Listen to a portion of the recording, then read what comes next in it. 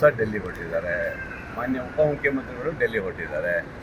ಹಾಗೆ ನಾವು ಹೋಗ್ಬೇಕಂತ ಇತ್ತಲ್ಲ, ಅದರಿಂದ ನಾವು ಸಹ ಹೋಗೋಣ, ಏನು ನಡೀತದೆ ಚರ್ಚೆ ಮಾಡ್ತಾರೆ, ಏನು ನಡೀತದೆ ಅನ್ನೋಕ್ಕೋಸ್ಕರ ನಾವು ಸಹ ಡೆಲ್ಲಿಗೆ ಭಾಳ ಜನ ಹೊರಟಿದ್ದಾರೆ. ಡೆಲ್ಲಿಗೆ MLCಗಳು ಭಾಳ 10 ಜನ MLCಗಳಿದ್ದಾರೆ, ಒಂದಿಷ್ಟು MLAಗಳು ಹೋಗಿದ್ದಾರೆ, ಒಂದಿಷ್ಟು ಜನ ಮಿನಿಸ್ಟ್ರುಗಳು ಹೋಗಿದ್ದಾರೆ.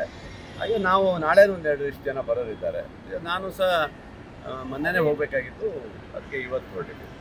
ತಾವು ಕೂಡ ಸಚಿವ ಖಂಡಿತ ಅವತ್ತೇ ಹೇಳಿದ್ವಿ, ನಾವು ಒಂದು ಆಕಾಂಕ್ಷಿಗಳಿದ್ದೀವಿ. ಅದಕ್ಕಂತೂ ಹೆಚ್ಚಾಗಿ ಏನು ನಡೀತದೆ ನೋಡೋಣ, ಮುಂದಿನ ಸಂಪುಟ ರಚನೆ ಆಗುತ್ತೋ ಇಲ್ವೋ ಗೊತ್ತಿಲ್ಲ.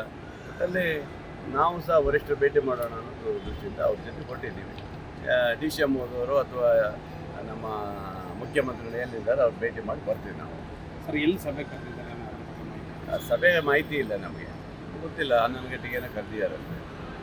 ನೈಟ್ ಹೋದ್ಮೇಲೆ ಗೊತ್ತಾಗುತ್ತೆ ಎಲ್ಲಿದೆ ಅಂತ. ನಾವು ಅಲ್ಲೆಲ್ಲ ಹೋಗಿ ನಮಗೆ ಆಗಲ್ಲ, ಬಟ್ ನಾವು ಮುಖ್ಯಮಂತ್ರಿಗಳನ್ನ ಉಪಮುಖ್ಯಮಂತ್ರಿಗಳನ್ನ ಮಾತಾಡ್ಸ್ಕೊಂಡು ಒಳ್ಳೇದಾಗಲಿ ಶುಭ ಅಂತ ಹಾರೈಸೋದು ಅಂತ. ಸೊ ಈಗೇನಿದೆ ಈ ಎಲ್ಲ ಗೊಂದಲಗಳಿಗೂ ನಾಳೆ ರಿಸಲ್ಟ್ ಸಿಗುತ್ತೆ ಸರ್.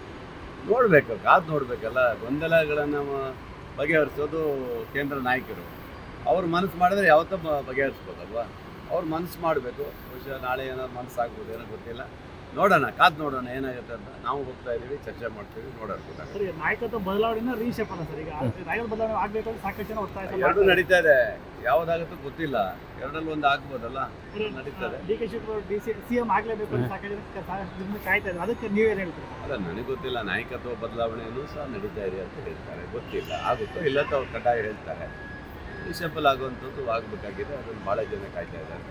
MLC ಅವರು ಕಾಯ್ತಾ ಇದ್ದಾರೆ, ನಾವು ಕಾಯ್ತಾ ಇದ್ದೀವಿ, ಎಲ್ಲರೂ ಕಾಯ್ತಾ ಇದ್ದಾರೆ. ಫಸ್ಟ್ ಟೈಮ್ MLA ಅವರು ಕಾಯ್ತಾ ಇದ್ದಾರೆ, ಥರ್ಡ್ ಟೈಮ್ MLA ಕಾಯ್ತಾರೆ. ಎಲ್ಲರೂ ಕಾಯ್ತಾ ಇದ್ದೀವಿ, ನೋಡೋಣ ಏನಾಗುತ್ತೆ. ನಾವು ಡೆಲ್ಲಿ ಹೋಗಿ ಬರ್ತೀವಿ, ಗೊತ್ತಾಗುತ್ತೆ ಏನಾಗುತ್ತೆ. ಸಿಹಿ ಸುದ್ದಿ ಅಂದ್ರೆ ಬರ್ತೀರಾ? ಏನೋ ನೋಡೋಣ, ಸಿಹಿ ಸುದ್ದಿ ಆದರೆ ನಿಮ್ಮ ಬಾಯಿ ಸಕ್ಕರೆ ಹಾಕೋಣ.